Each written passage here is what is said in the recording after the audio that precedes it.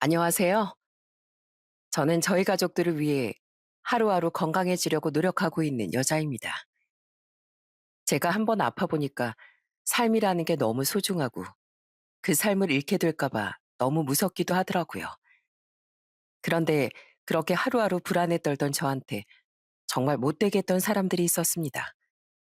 그건 바로 저희 시모랑 동서인데요. 어떻게 아픈 사람한테 그런 말을 할 수가 있는지 지금도 그 생각만 하면 너무 화가 난답니다. 도대체 무슨 말을 했길래 제가 사연까지 쓰게 됐는지 궁금하시죠? 지금부터 얘기해 볼 테니 잘 들어주셨으면 좋겠습니다. 전 어릴 때부터 직장을 다니시는 아빠와 가정주부로 계시는 엄마 밑에서 평범하게 살았습니다. 저희 할아버진 일찍 돌아가시고 할머니 혼자 시골에서 사셨는데 저희 엄마가 할머니랑 유독 친하셨어요. 가족끼리 할머니 집에 가면 꼭 할머니가 달려 나오셔서 저희 엄마를 끌어안고 머리를 쓰다듬어 주시더라고요. 아이고, 우리 예쁜 딸내미 왔구나. 내가 우리 딸내미 보고 싶어서 복 빠지게 기다리고 있었지. 저희 할머니는 엄마한테 딸내미라고 부를 정도로 저희 엄마를 예뻐하셨어요. 밥을 먹을 때도 맛있는 반찬을 꼭 저희 엄마한테 먼저 주시더라고요. 그러다 보니 저도 할머니가 너무 좋더라고요. 그래서 한 번은 저랑 남동생이 할머니한테 그냥 우리랑 같이 살자고 조른 적도 있었어요. 그런데 할머니는 인자하게 웃으시면서 저희한테 이러시더라고요. 이 할민 평생 시골에서 살아서 그런지 여기가 좋아. 그러니까 그냥 앞으로도 이렇게 왔다 갔다 하면서 지내는 걸로 하자. 사실 저희 부모님도 할머니를 계속 모시려고 했는데 할머니가 극구 반대하셨다고 들었어요. 아마 저희 엄마 아빠가 고생할까봐 그러셨던 것 같아요. 그렇게 시간이 흘러 전 대학을 졸업한 후 대기업 하청업체에 들어갔습니다. 어릴 때부터 워낙 화목한 분위기의 집안이었기 때문에 제가 성인이 되어서도 저희 집안엔 항상 웃음꽃이 피어났어요. 그러다가 제가 20대 후반 때 저희 집안에 큰 슬픔이 찾아오고 말았습니다. 저희 할머니가 지병으로 돌아가시고 말았거든요. 그때 장례식장에서 제일 많이 울었던 건 바로 저희 엄마였어요. 어머님, 저하고 오래오래 엄마랑 딸처럼 지내자고 약속하셨잖아요. 저 친정엄마 일찍 돌아가시고 어머님이 제 엄마라고 생각하면서 살았는데 어머님까지 가버리시면 전 어떡하냐고요. 전 살면서 저희 엄마가 그렇게 숨이 넘어가라 우시는 건 처음 봤습니다. 그만큼 엄마한텐 할머니가 정말 소중한 분이었던 거죠. 그렇게 큰 슬픔을 겪게 된 저희 가족은 다시 힘을 내서 살아가려고 노력했습니다. 저도 회사를 다니며 돈도 모으고 정말 열심히 살았어요. 그러다가 30대 중반의 지인의 소개로 저보다 3살 많은 남자친구를 만나게 되었습니다. 남자친구는 주류 상사에 다니는 사람이었는데 말 한마디를 하더라도 예쁘게 하고 늘 저를 먼저 생각해주는 좋은 사람이었어요. 그래서 그 남자친구와 결혼을 약속하고 예비 시댁에 인사를 드리러 가게 되었습니다. 그런데 세상에 예비 시아버지께서 절 보자마자 예쁜 꽃다발 하나를 주시는 거예요. 생각지도 못했던 선물에 얼마나 감동받았는지 모릅니다. 어머, 아버님, 이거 저 주시는 거예요? 우리 아들이 결혼할 여자를 데려온다길래 나도 뭐 하나 해주고 싶어서 요 앞에 꽃집에 가서 사왔어요. 그나저나 우리 예비 며느리가 그 꽃다발보다 훨씬 예뻐서 누가 꽃인지 구분을 못하겠네. 세상에 꽃다발 같은 건 남자친구한테 받아봤어도 예비 시아버지한테 받아볼 줄은 꿈에도 몰랐습니다. 그렇게 인사를 드리고 같이 식사를 하는데 예비 시모도 제 손을 꼭 붙잡고 이렇게 말씀하시더라고요. 우리 이제 가족이 된 거니까 앞으로 사이좋게 잘 지내봐요. 난 며느리라고 해서 시집살이 시킬 생각도 없고 그냥 딸 하나 생겼다고 생각하고 있어요. 그렇게 두 분 다 절 너무 따뜻하게 맞이해 주시니까 저희 엄마가 돌아가신 할머니랑 잘 지내시던 그때가 떠올라 너무 좋더라고요. 그 후 남편과 결혼을 한 전 시댁과 합가해서 살았습니다. 어차피 시댁이 경기도라 출퇴근하기에도 위치가 괜찮았고 시댁에 살면서 돈을 더 모아 분가하는 게 낫다고 생각했거든요. 그런데 합가한 지 얼마 안 됐을 때 저희 시모가 절 부르시더니 진주가 콕 박힌 반지 하나를 주시더라고요. 세아가 이거 옛날에 나 결혼할 때 우리 시어머니가 나한테 주셨던 거야. 나도 맏며느리로서 물려받은 반지니까 이제 너한테 똑같이 물려주마. 저는 그 반지를 늘 제 옆에 지니고 싶어서 항상 지갑에 넣고 다녔어요. 저는 지갑 속에 있는 그 반지 볼 때마다 시모의 따뜻한 마음이 느껴지는 것 같아서 너무 좋았습니다. 그런데 시모도 시모지만 저희 시아버지가 저한테 엄청 잘해주셨어요. 제가 집에서 심심할까봐 저 쉬는 날엔 바둑도 가르쳐 주시더라고요. 큰애야, 이 바둑이라는 게 말이다. 사람의 인생하고 참 비슷한 면이 많아. 단순한 놀이 같아 보여도 그 안에 인생의 진리가 다 담겨 있는 거거든. 저희 시아버진 낚시하는 것도 좋아하시는데 직접 낚은 물고기로 회도 기가 막히게 드시더라고요.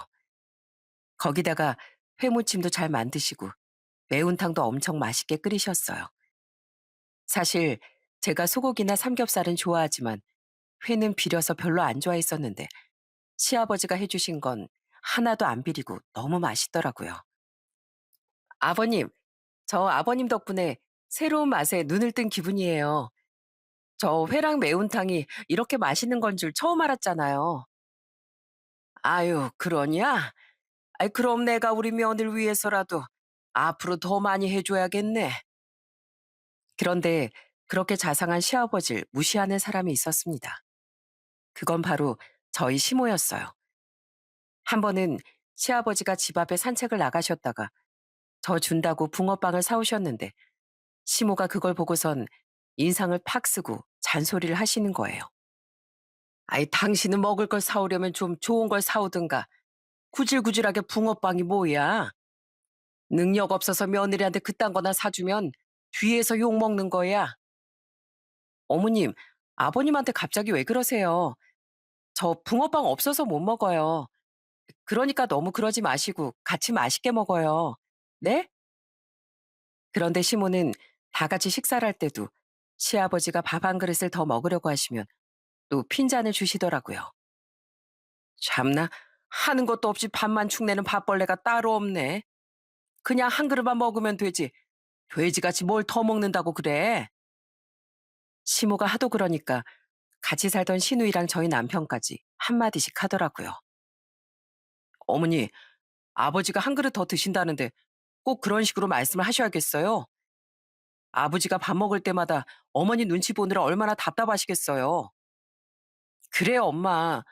제발 우리 아빠한테 그러지 좀 마요. 나 진짜 엄마 그럴 때마다 우리 아빠 불쌍해 죽겠단 말이에요.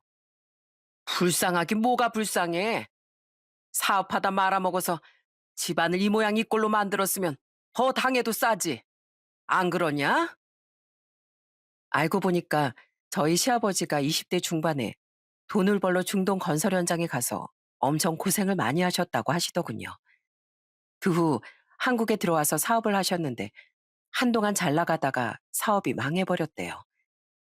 그리고 그때부터 시모가 시아버지를 지금처럼 무시했다고 하더군요. 그런데 문제는 시아버지를 무시하는 게 시모뿐만이 아니었다는 겁니다. 저보다 2년 먼저 결혼한 동서가 툭하면 시모 말에 맞장구 치면서 시아버지를 깔보는 거예요. 한 번은 다 같이 식사를 하는데 시아버지가 김치를 손으로 찢어서 제 밥 위에 올려주신 적이 있었어요. 그랬더니 시모가 그걸 보고 또 한마디 하시는 거예요. 아유, 촌놈인 거 티내는 것도 아니고, 아이, 김치를 왜 손으로 찢고 난리야? 그런데 그걸 들은 동서가 맞장구를 치면서 이러더군요. 그러게요. 요즘 젊은 사람들은 저렇게 음식을 손으로 만지는 거 싫어하거든요. 그러고 보면 우리 어머님은 연세가 있어도 마인드가 젊으신데 아버님은 너무 옛날 분이신 것 같아요. 그런데 시모와 동서가 그렇게 하는데도 저희 시아버진 아무 말씀도 못 하시더라고요. 그래서 제가 대신 한마디 했습니다. 김치를 손으로 찢어서 주시는 게 어때서요? 손만 깨끗이 씻었으면 되는 거 아니에요? 아버님, 전 이렇게 주시는 거 하나도 안 싫어하니까 앞으로도 계속 주셔도 돼요. 전 아버님이 주시는 김치를 제일 좋아하거든요. 그런데 동서는 계속해서 시아버지한테만 틱틱거리더라고요. 동서한텐 아들이 한 명 있었는데 시아버지가 손줄 너무 예뻐해서 좀 놀아주려고 하면 동서가 기겁을 하면서 또 이러는 겁니다. 아버님, 그런 식으로 갑자기 다가가면 우리 아들 놀래요. 그리고 원래 어린애들은 안경 쓴 남자 싫어하는 거 모르세요? 그러니까 저희 애랑 놀아주고 싶으시면 그 안경도 좀 벗고 수염도 좀 깔끔하게 밀고 오시라고요. 저는 그런 동서를 보면서 너무하다는 생각이 들 때가 한두 번이 아니었습니다. 그러다가 저도 결혼 생활을 하면서 아들 하나, 딸 하나를 낳게 되었어요. 저희 시아버진 저 몸보신하라며 몸에 좋은 것도 많이 사다 주시고 저희 남편한텐 이런 얘기까지 하시더라고요. 상현아, 원래 여자가 애를 낳고 나면 산후조리가 그렇게 중요하다고 하더라. 이 시기에 몸 망가지면 나이 들어서 엄청 고생하는 거야. 그러니까 앞으로 네가 남편으로서 네 마누라 잘 챙기고 보살펴야 된다. 알았지? 저희 시누이도 제가 애 둘 키우느라 힘들 것 같다면서 퇴근하고 자주 저희 애들을 봐주더라고요. 우유도 먹이고 기저귀도 갈아주는데 얼마나 고마웠는지 모릅니다. 큰 올케 언니, 전 우리 조카들 보는 게 세상에서 제일 좋아요. 조카들은 제가 볼 테니까 올케 언니 들어가서 좀 쉬세요. 하루 종일 애들 보는 거 보통 일이 아니잖아요. 그런데 그렇게 행복한 시간만 있을 줄 알았던 저희 가족한테 정말 청천벽력 같은 사건이 일어나고 말았습니다. 제가 결혼한 지 3년쯤 됐을 때였는데 시모가 평소보다 유난히 심하게 시아버지를 잡으시더라고요. 시아버지도 너무 듣기 싫으셨는지 날이 엄청 추웠는데도 갑자기 산책을 간다고 하시더군요. 아유, 아버님, 이렇게 추운데 나가시려고요? 나갔다가 감기라도 걸리시면 어떡해요? 괜찮다. 머리가 너무 복잡해서 바람 좀 쐬고 싶어서 그래. 따뜻하게 입고 나갈 거니까 너무 걱정하지 말거라. 하지만 그렇게 밖으로 나간 시아버진 영영 돌아오실 수 없게 되었습니다. 산책을 나가신 지 한참이 됐는데도 집에도 안 오시고 연락도 안 되시길래 저랑 남편이 찾으러 나갔었어요. 그러다가 거리에 웬 앰뷸런스가 와 있길래 무슨 일인가 했는데 세상에 저희 시아버지가 구급차에 실려 가시는 거예요. 급하게 병원으로 쫓아갔는데 결국 심장마비로 세상을 떠나시고 말았습니다. 산책하다가 쓰러지신 걸 지나가던 행인이 119에 신고한 거였어요. 그때 저희 가족들은 너무 충격을 받아서 얼마나 울었는지 몰라요. 죄송해요, 아버님. 아버님이 마음이 답답해서 나가셨던 건데 제가 그냥 말도 더 많이 걸어드리고 위로도 해드리고 그랬어요. 그랬으면 그 추운 날 혼자 나가지 않으셨을 거 아니에요. 시아버지가 저한테 워낙 잘해주셨기 때문에 슬픔을 이겨내기가 너무 힘들었습니다. 한편으론 그날 시모가 그렇게 심하게 안 했으면 이런 일이 벌어지지도 않았을 거라는 원망의 생각도 들더군요. 하지만 장례식장에서 펑펑 우는 시모를 보니까 차마 시모한테 모진 말은 할 수가 없더라고요. 결국 저희 가족은 슬픔 속에 장례식을 치르고 시아버지를 보내드릴 수밖에 없었죠. 그 후에도 저희는 계속 시댁에서 살았는데 그때부터 지옥이 펼쳐지기 시작하더군요. 평소에 시부를 그렇게 들들 볶던 시모가 그 대상이 없어지니까 타겟을 저로 바꿨나 봐요. 그때부터 자꾸만 저한테 별것도 아닌 걸로 짜증을 내기 시작하는 거예요. 아유, 내 옷이 다 쪼그라들었잖아. 너 내가 아무 옷이나 건조기에 돌리면 안 된다고 했지? 왜 내 말을 안 들어서 이 사단을 만들어? 어머님, 그거 건조기 제가 돌린 게 아니라 어머님이 돌리신 거잖아요. 아까 어머님이 버튼 눌러서 돌리시는 거 제가 똑똑히 봤는데요. 내가 언제 돌렸다고 그래? 너 지금 네가 잘못해 놓고 나한테 누명 씌우는 거니? 저는 진짜로 건조기를 건드린 적도 없고 시모가 돌린 걸 똑똑히 봤는데 제가 잘못한 것처럼 뒤집어 씌우시더라고요. 그러다가 한 번은 제가 세탁기를 돌렸는데 또 저한테 와서는 화를 내시는 겁니다. 얘, 너 미쳤니? 내가 옷 주머니에 돈 넣어놨는데 세탁기를 그냥 돌려버리면 어떡하니? 세탁기 돌리기 전에 주머니에 뭐 들어있는지 확인하고 돌려야 되는 건 기본 아니니? 내가 작은 돈도 아니고 5만 원권을 10장이나 넣어놨는데 아이 그걸 그냥 돌려버리면 어떡하냐고.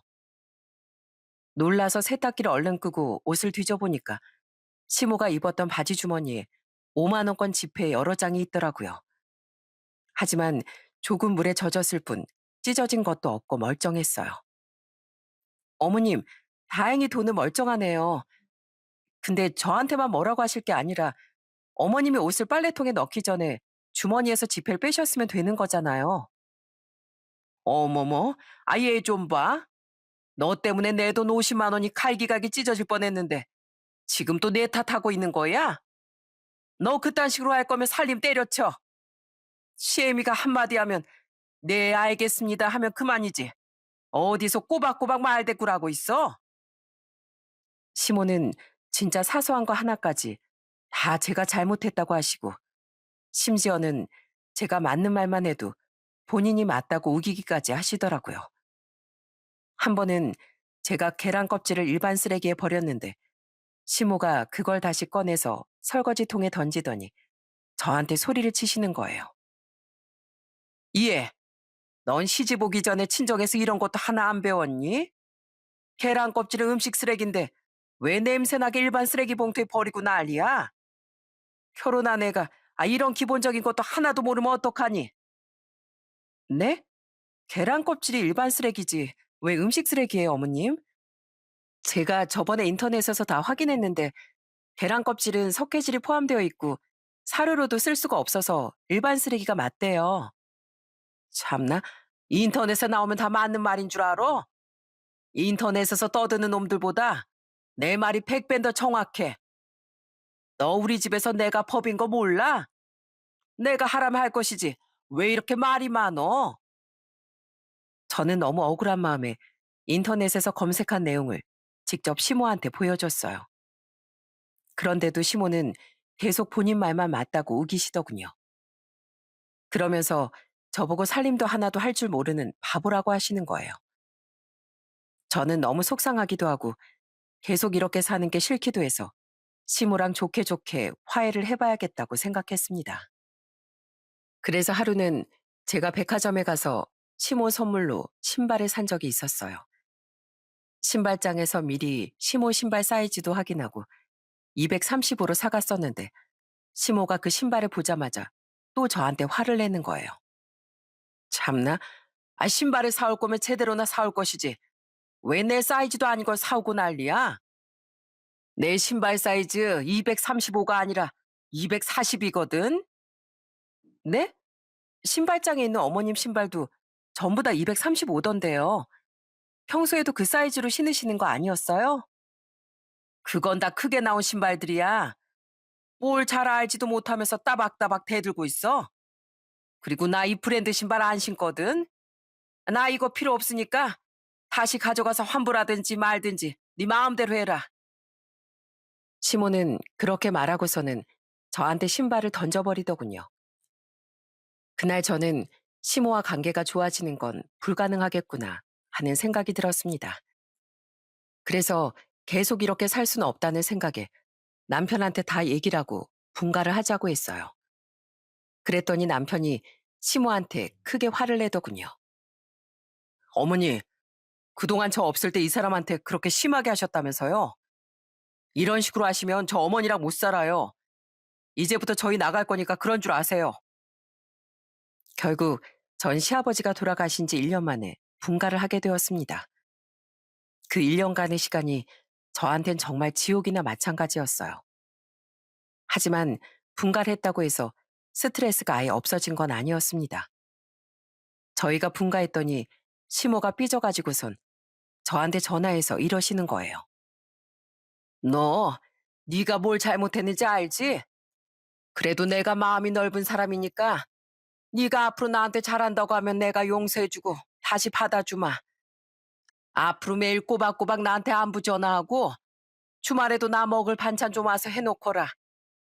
그렇게 한 달 동안 하면 내가 너희 다시 우리 집으로 들어오게 해주마. 어머님, 전 그 집에 다시 돌아갈 생각 없어요. 어머님이 절 내쫓으신 게 아니라 제가 제 발로 나온 거 모르세요? 그러니까 앞으로 그런 말씀 하지 말아주세요. 그런데 시모뿐만이 아니라 동서도 얄미운 짓을 계속하더군요. 저희 시아버지 제사 때마다 일이 바쁘다면서 와서 돕지도 않고 제사 시작하기 직전에 오는 거예요. 게다가 동서가 예식장 상담실장으로 일하고 있었는데 자기 돈 잘 번다고 은근히 저를 무시하기도 하더군요. 형님, 아무리 대기업 하청업체밖에 안 다닌다고 해도 머리 스타일이 구질구질하게 이게 뭐예요? 월급 적다고 돈 없는 티를 너무 내는 거 아니에요? 뭐라고? 내가 무슨 돈 없는 티를 낸다고 그래? 맞잖아요. 제발 저를 좀 보고 배우세요. 전 사람을 많이 만나는 직업이라 항상 화장도 예쁘게 하고 관리 잘하잖아요. 형님 그렇게 아줌마처럼 하고 다니면 나중에 아주버님이 바람 날지도 몰라요. 뭐? 동서 지금 말 다 했어? 우리 남편은 절대 바람 피울 사람 아니거든? 그런 동서나 자기 관리 열심히 하면서 서방님 바람 안 피게 조심하면서 살아. 안 그래도 회사 다니면서 애들 키우느라 바빠 죽겠는데 왜 나한테까지 그런 걸 강요하고 난리야? 그렇게 하루하루 시모와 동서 때문에 스트레스를 받고 있었는데 한 번은 저희 시누이가 저보고 술 한잔 하자고 하더라고요. 그래서 나갔더니 시누이가 절 위로해주기 시작하더군요. 큰올케 언니, 요즘에 우리 엄마 때문에 많이 힘들죠? 사실 우리 엄마가 예전에 아빠 사업 잘 될 때는 안 그랬었거든요.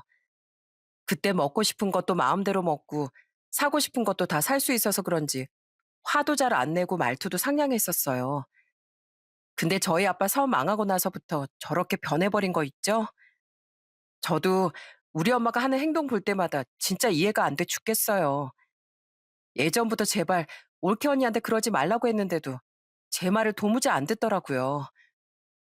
그래도 전 항상 올케 언니 편인 거 알죠? 엄마가 또 힘들게 하면 저한테 얘기해요. 제가 어떻게든 엄마한테 그러지 말라고 잘 설득해 볼게요.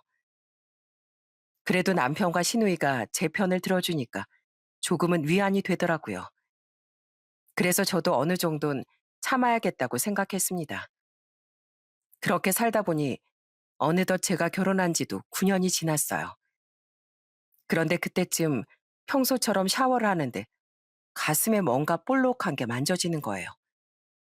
이상하다는 생각에 남편한테 얘기를 해봤더니 저보고 얼른 병원에 가보자고 하더군요. 그렇게 병원에 가서 검사를 했는데 정말 충격적인 얘기를 듣고 말았습니다. 세상에 여태까지 건강하게 살았던 제가 유방암 2기라는 거예요. 너무 놀라서 인터넷으로 검색을 많이 해봤는데 사람마다 다 얘기가 다르더라고요. 어떤 사람은 쉽게 완치된다고 하고 또 어떤 사람은 부작용 때문에 세상을 떠나는 경우도 있다고 하더군요. 저는 그걸 보고 얼마나 무서웠는지 모릅니다. 그래도 어쨌든 가족들은 다 알아야겠다는 생각에 저희 친정이랑 시댁에 전부 다 얘기를 했습니다. 그런데 너무 놀라서 걱정하시는 저희 친정 부모님과는 달리 시모는 시큰둥하게 반응하더군요. 어머님, 의사가 그러는데 수술하기 전에 항암치료를 먼저 해서 암 크기를 줄여놓고 수술하는 게 더 좋대요. 그래서 저 2주 뒤에 입원하고 항암 치료하기로 했어요. 뭐? 2주 뒤에? 그럼 네 시아버지 제사랑 날짜가 겹치는 거 아니니? 그렇긴 한데 제일 빠른 날짜가 그날밖에 없다고 하더라고요. 아니면 아예 뒤로 한참 미뤄야 된대요. 참나, 그거 다 병원에서 핑계 대는 거야. 넌 바보같이 그 말을 다 믿고 있니? 제 걱정을 해주기는커녕 핀자만 주시는 걸 보고 너무 서운하고 속상하더군요. 그래도 절 걱정해주는 다른 가족들이 많으니까 전 일정대로 입원을 하게 되었습니다. 그런데 막상 입원한 당일날 시모가 저한테 전화를 해서는 말도 안 되는 소리를 하시는 거예요. 이해, 너 진짜로 오늘 입원할 거 아니지? 내일 네 시아버지 제사잖아. 네? 저 벌써 입원해서 병원인데요. 제가 오늘 입원해서 항암 치료한다고 미리 말씀드렸잖아요. 뭐라고? 아니, 시아버지 제살 코앞에 두고 병원에 입원하는 며느리가 어디 있어? 너 당장 그 병원에서 나와라. 내일 제사나 치르고 다시 입원하라고. 어머님, 제가 병원에 무슨 놀러 온 줄 아세요? 저 유방암이라고요, 유방암. 사람이 아파서 입원한다는데 진짜 너무하시는 거 아니에요? 저도 아버님 제사 전날에 입원하는 거 아버님한테 죄송하단 말이에요. 그런데 오늘이 아니면 뒤로 확 밀린다는데 어떡해요, 그럼? 확 밀리든 말든 그건 내 알 바 아니고 좋은 말로 할 때 당장 병원에서 나와. 이게 어디서 아프다는 핑계로 지 시아버지 제살 건너뛰려고 해? 제가 건너뛰고 싶어서 건너뛰는 거 아니라니까요? 제발 이러지 좀 마세요. 저 없다고 제사 못하는 거 아니잖아요. 세상에, 며느리가 암에 걸려서 입원을 한다는데 제사 때문에 당장 병원에서 나오라는 시모가 어디 있나요? 시모랑 한참 말다툼을 하다가 전화를 끊었는데 너무 어이가 없고 황당해서 한동안 혼자 씩씩거렸어요. 그런데 조금 있으니까 이번엔 동서까지 전화 와서 저한테 이러는 거예요. 형님, 저 이번에도 일이 너무 바빠서요. 내일 아버님 제사 못 가니까 저 대신 형님이 좀 고생해 주세요. 대신 제가 수고비로 5만 원 보내드릴게요. 뭐? 동서, 내가 동서한테도 나 입원한다고 얘기했잖아. 여태까지 바쁘다는 핑계로 맨날 늦게 왔으니까 올해만큼은 동서가 해도 되는 거 아니야? 네? 아이, 그런 게 어딨어요. 저 진짜 바빠서 못 간단 말이에요. 그리고 형님, 아이, 솔직히 너무 엄살이 심하신 거 아니에요? 유방암 그거 별것도 아닌데 이번 날짜 좀 미루면 되잖아요. 형님 지금 제사하기 싫어서 일부러 오늘 입원하신 거죠? 참, 동서까지 진짜 왜 그래? 다들 내가 아프다는 걸 장난으로 아는 거야? 나 암 환자야, 암 환자. 제발 나한테 이러지 좀 말라고. 저는 그렇게 전화를 끊고선 머리가 너무 아파서 한동안 머리를 부여잡고 있었어요. 그런데 시모는 저한테 문자까지 해서는 막말을 하더라고요. 너 내일 안 오면 가만 안 둘 줄 알아. 네 시아버지가 너를 얼마나 아꼈는데 네가 감히 제사날 안 올 수가 있어? 너 내일 안 오면 사람도 아니야. 아주 짐승이나 마찬가지라고. 게다가 동서까지도 문자로 절 아주 들들 볶기 시작하더군요. 형님, 그렇게 안 봤는데 되게 엄살이 심하시네요. 형님이 못 간다고 하니까 어머님이 저라도 내일 꼭 오라고 하시잖아요. 형님 때문에 귀찮게 이게 뭐예요? 제발 유난 좀 작작 떠세요. 저는 너무 화가 나서 그냥 휴대폰을 아예 옆으로 치워버리고 문자들을 다 무시했어요. 그리고 다음 날이 되어 난생 처음 항암 치료를 하게 되었습니다. 그런데 막상 몸에 약이 들어가니 머리가 너무 무겁고 몸에 오한이 들어서 힘들더라고요. 남편이 옆에서 절 지켜주면서 많이 응원해줬어요. 여보, 오늘 우리 아버지 재산 내가 가서 알아서 할 테니까 걱정하지 마. 당신은 그냥 당신 몸 생각만 해. 지금은 당신이 몸 건강해지는 게 제일 우선이야. 결국 저는 병원에서 항암 치료를 받느라 시아버지 제사를 가지 못했어요. 그리고 이번 3일차 때 아침에 일어났는데 아주 문자 폭탄이 와 있더라고요. 그래서 휴대폰을 열어 문자를 읽어봤는데 세상에 시모가 저한테 아주 저주를 퍼부어 놨더라고요. 네가 감히 유방암 핑계를 대고 네 시아버지 제사에 안 와? 너 그딴 식으로 아프다는 핑계 댈 거면 내가 너 평생 병 안 낫게 해달라고 매일매일 기도할 거야. 오랫동안 고통 속에 살라고 저주할 거라고. 저는 그 문자를 보고 너무 화가 나고 충격을 받아 손이 덜덜 떨리더군요. 제가 병에 걸린 게 제 잘못도 아닌데 왜 이렇게까지 하는 건지 이해할 수가 없었어요. 그런데 그날 저희 친정 엄마가 병문안을 오셨는데 그때 또 제 휴대폰이 요란하게 울리는 거예요. 그냥 무시하려다가 휴대폰을 봤는데 또 시모가 저주의 문자를 보냈더군요. 그런데 저도 모르게 그걸 보고 한숨을 쉬고 인상을 찌푸렸더니 저희 엄마가 이러시더라고요. 경혜야, 뭔데 그래? 뭐길래 휴대폰을 보자마자 표정이 그렇게 안 좋은 거야? 아, 별거 아니에요. 그냥 신경 쓰지 마세요. 별거 아니긴. 아까부터 네 휴대폰에 계속 뭐가 오는 것 같던데. 네가 무시하고 계속 확인도 안 하다가 방금 전에 휴대폰도 보고 인상까지 찌푸렸잖아. 도대체 뭐길래 아픈 애가 한숨을 푹푹 쉬고 있는 거냐고. 엄만 그렇게 말씀하시더니 제 휴대폰을 뺏어가서 보려고 하시더군요. 전 엄마가 그 문자를 보고 충격받으실까봐 손을 뻗어 휴대폰을 다시 뺏으려고 했어요. 엄마, 제 휴대폰 주세요. 그거 보지 말고 그냥 저 주시라고요. 하지만 엄만 끝끝내 휴대폰을 뺏어가서 문자를 보고 말았습니다. 그리고선 큰 충격을 받으셨는지 얼굴이 새빨개져선 불같이 화를 내시더라고요. 경혜 너 여태까지 네 시어머니한테 이딴 취급 당하면서 살았던 거야? 어? 진짜 그랬던 거냐고.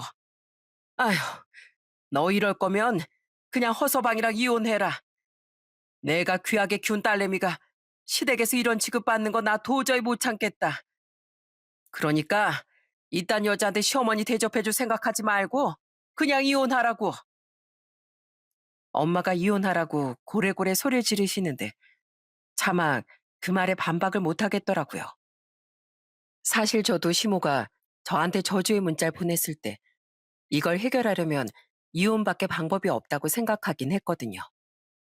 그래서 저는 큰맘 먹고 특단의 조치를 취하기로 했습니다.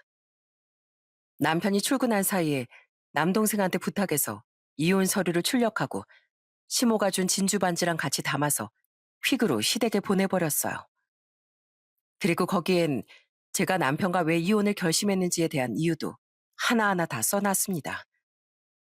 첫째, 시댁과 합가해서 사는 동안 시어머니라는 사람이 며느리 나를 못살게 굴고 누명 씌우고 사사건건 소리를 지르며 화낸 거. 둘째, 동설한 인간이 형님이 날 무시하고 깔보고 집안 행사를 전부 다 떠넘긴 거. 셋째, 암에 걸린 며느리 위로해주긴커녕 평생 병으로 고생하라고 저주한 거.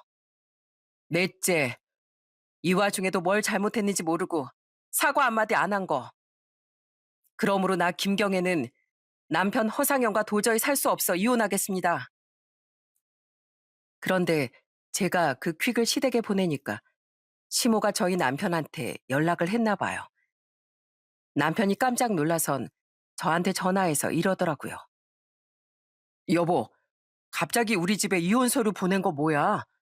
진짜로 나랑 이혼하겠다고? 당신 지금 장난치는 거지? 장난은 무슨. 당신도 여태까지 어머님이랑 동서가 나한테 어떻게 했는지 알잖아.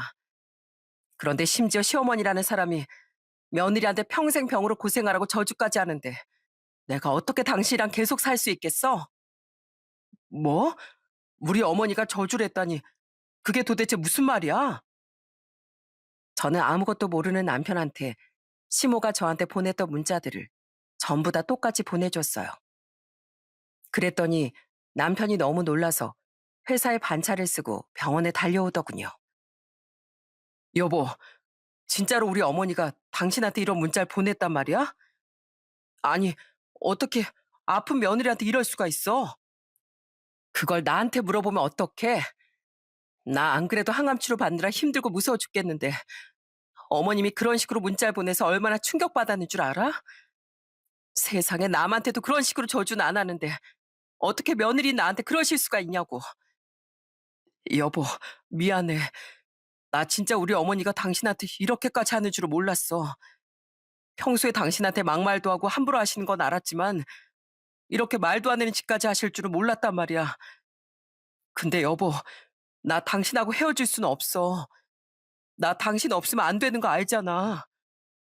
그럼 이번에 확실하게 선택해. 이대로 나랑 이혼할 건지 아니면 당신이 어머님이랑 동서 확실하게 단속할 건지 선택하라고. 만약에 당신이 이번 일 해결 못하면 난 무조건 당신이랑 이혼할 거야. 그러니까 알아서 잘 선택하길 바래. 알았어? 알았어, 여보. 내가 우리 어머니한테 확실하게 얘기하고 올게.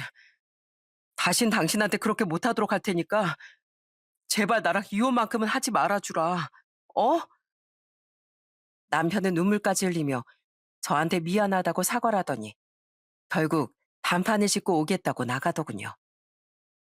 저는 병원에 있느라 시댁에서 무슨 일이 벌어지는지 몰랐는데 그날 신우이가 저한테 전화해서 자세히 말을 해줬어요. 신우이한테 듣기론 저희 남편이 시댁에 시동생과 동서까지 다 불러서 아주 뒤집어 엎었다고 하더군요. 어머니, 어떻게 사람이 그러실 수가 있어요? 저희 와이프가 암에 걸려서 항암 치료 때문에 입원한다는데 어떻게 제사 한 번 안 왔다고 그런 말도 안 되는 저주를 퍼부을 수가 있냐고요?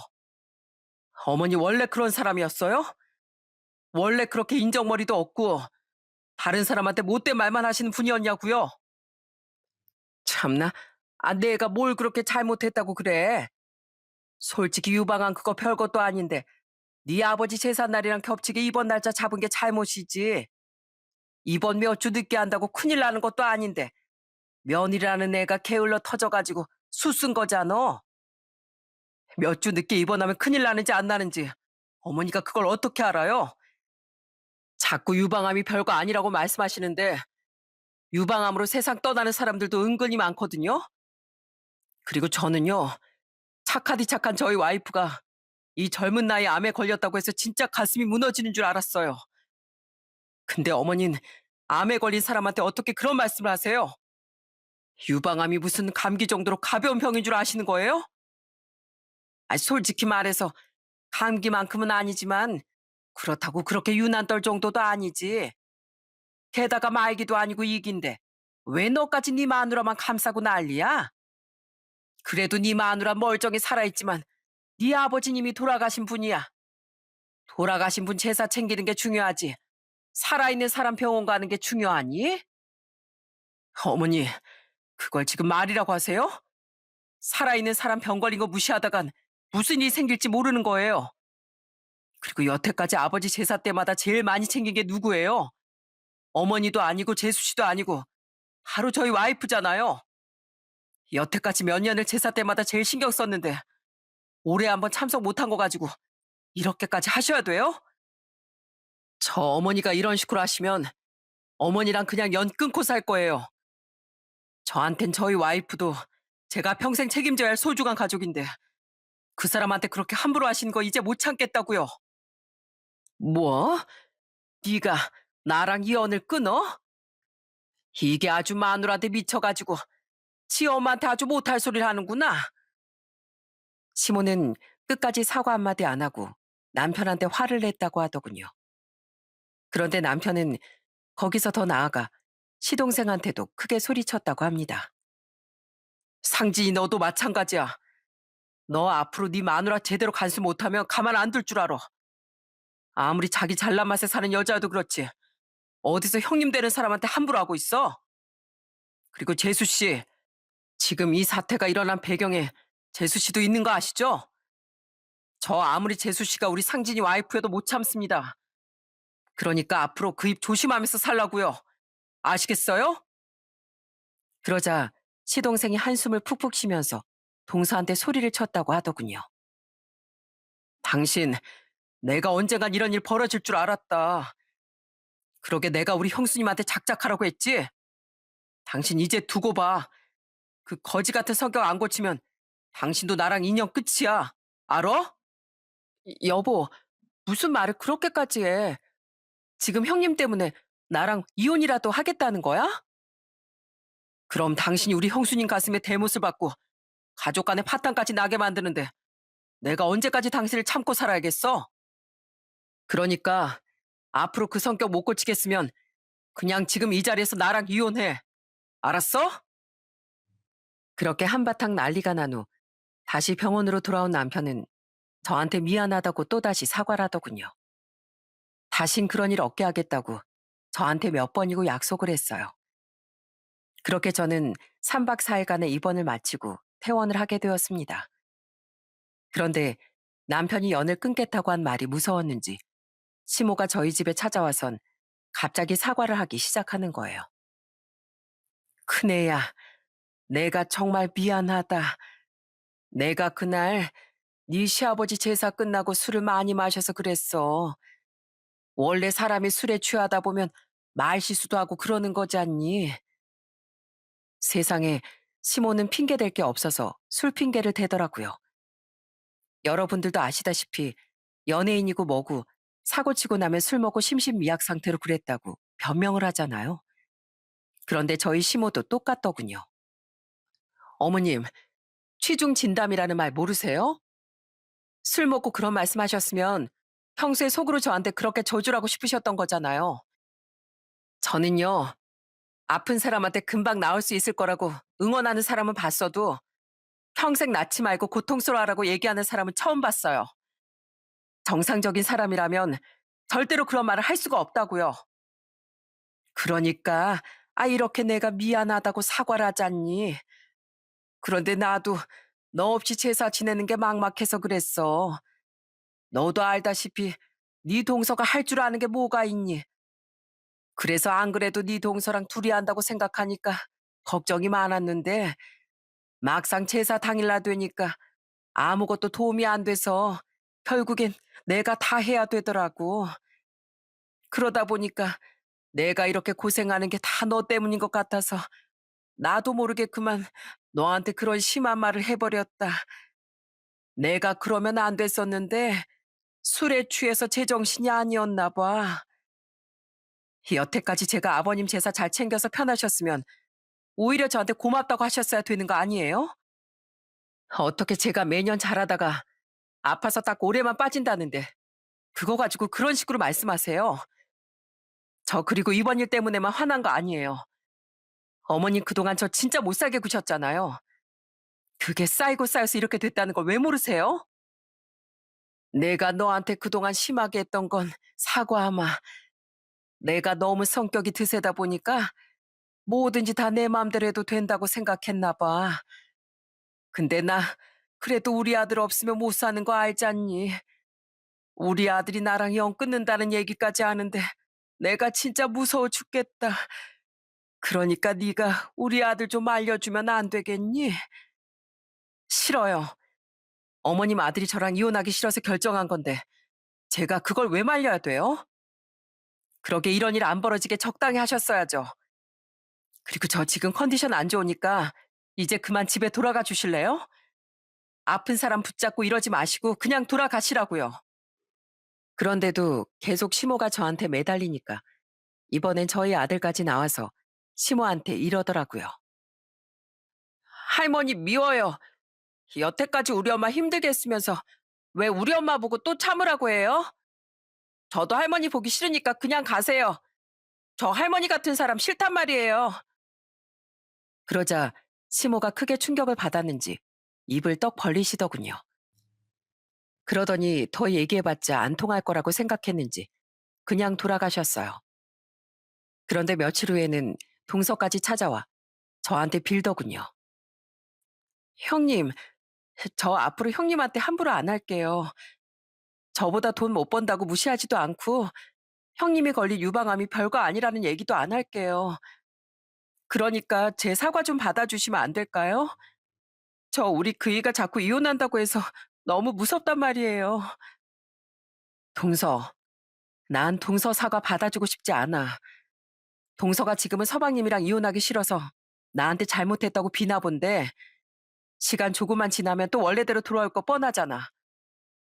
그러니까 서방님한테 이혼당하든 말든 그건 동서가 알아서 해. 알았어? 결국 전 저한테 용서를 비는 시모와 동서 둘 다 용서해주지 않았습니다. 나중에 신우이한테 들어보니까 시모가 제삿날 술을 진짜로 많이 먹긴 했다고 하더라고요. 하지만 아무리 술을 많이 먹었어도 그렇지 병에 걸려서 고통받고 불안해하는 며느리한테 어떻게 그런 말을 할 수가 있나요? 지금도 자려고 누우면 그때 시모가 저한테 보냈던 문자가 생각나 소름이 다 끼치는데 그게 제 머릿속에서 지워지기 전까진 용서하기 힘들 것 같네요. 그 후 저는 시모랑 동서를 계속 안 보고 살고 있어요. 중간중간에 저한테 연락이 오는데 연락도 받지 않고 예전엔 한 번도 그런 적 없던 시모가 자꾸 반찬 같은 걸 해서 보내기도 하는데 그것도 그냥 돌려보내고 있습니다. 그냥 지금 이 상황을 모면하고 싶어서 억지로 연기하는 걸로밖에 안 보였거든요. 그래도 전 진심으로 절 걱정해주는 가족들이 있어서 정말 잘 지내고 있습니다. 항암 치료를 6차까지 한 후 수술도 했는데 수술 후에는 남편이 집안일도 다 하고 저희 친정엄마가 저희 집에 와서 저를 많이 보살펴 주신답니다. 경애야, 아직도 수술 부위가 많이 아프니? 엄만 네가 아프지 않고 편하게 있었으면 좋겠는데 수술하고 이렇게 움직이는 것도 힘들어하는 걸 보니까 마음이 참 아프구나. 엄마, 나 괜찮아요. 팔을 움직일 때마다 수술 부위가 욱신거리긴 한데 그래도 못 참을 정도는 아니에요. 그리고 나 수술했다고 우리 그이랑 가족들 전부 다 날 공주 대접해주고 있잖아요. 하도 손 하나 까딱 못하게 하니까 어쩔 땐 너무 심심할 때도 있다니까요. 아유, 심심하면 주말에 허서방 쉴 때 우리 집으로 놀러 와. 의사 말이 수술 후에 가볍게 운동하는 게 좋다고 하니까 다 같이 집 앞에 산책이나 좀 하러 가자. 전 그렇게 주말마다 저희 친정 식구들을 만나서 산책도 하고 도란도란 얘기도 나누며 잘 지냈습니다. 신우이랑도 가끔씩 만나서 밥을 먹는데 얼마 전엔 신우이가 회사에서 승진을 했다고 하더라고요. 아가씨, 이번에 승진한 거 진짜 축하해요. 역시 아가씨처럼 똑똑하고 똑부러지는 사람은 회사에서 금방 인정받을 줄 알았어요.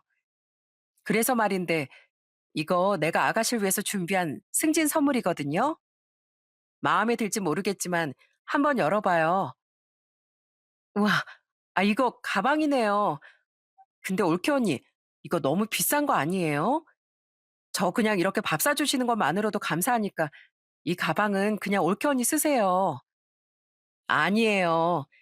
내가 아가씨한테 고마운 점이 많아서 겸사겸사 선물로 주는 거니까 그냥 받아줘요. 예전에 우리 애들 어릴 때 아가씨가 우리 애들도 많이 봐줬잖아요. 그리고 어머님이랑 갈등 있을 때도 아가씨가 제 편 들어줘서 얼마나 고마웠는데요. 그러니까 승진 기념으로 잘 들고 다녀요. 알았죠? 그렇게 시모랑 동서와 연락을 끊은 지도 벌써 1년이 지났네요.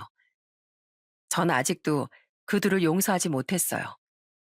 특히 시모의 경우 제가 아파서 입원했을 때 했던 그 저주의 말이 잊혀지지 않아 당분간은 용서가 힘들 것 같네요.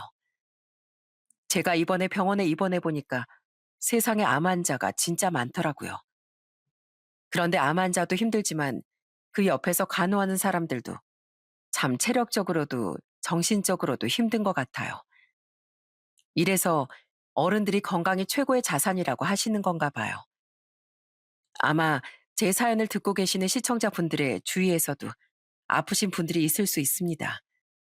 그런데 전 그분들한테 말 한마디라도 따뜻하게 해주셨으면 좋겠다고 말씀드리고 싶어요. 아픈 사람한텐 응원의 말 한마디가 정말 큰 힘이 될 수도 있고 또 반대로 나쁜 말 한마디 때문에 좌절하거나 공포심에 휩싸일 수도 있으니까요. 제가 40대 중반의 나이에 암에 걸린 것처럼 젊은 사람들 중에서도 암 환자가 많은 걸로 알고 있어요. 나이가 젊을수록 암 진행이 더 빠르다고 들었는데 다들 용기 잃지 마시고 치료 잘 받으셔서 건강 괜찮으셨으면 좋겠습니다. 물론 연세가 지긋하신 어르신 환자분들도 마찬가지고요. 그럼 전 이만 제 사연을 마치도록 할게요. 끝까지 들어주셔서 정말 감사합니다. 항상 건강 관리 잘 하시고 가족들과 행복한 시간 많이 보내시기 바랍니다.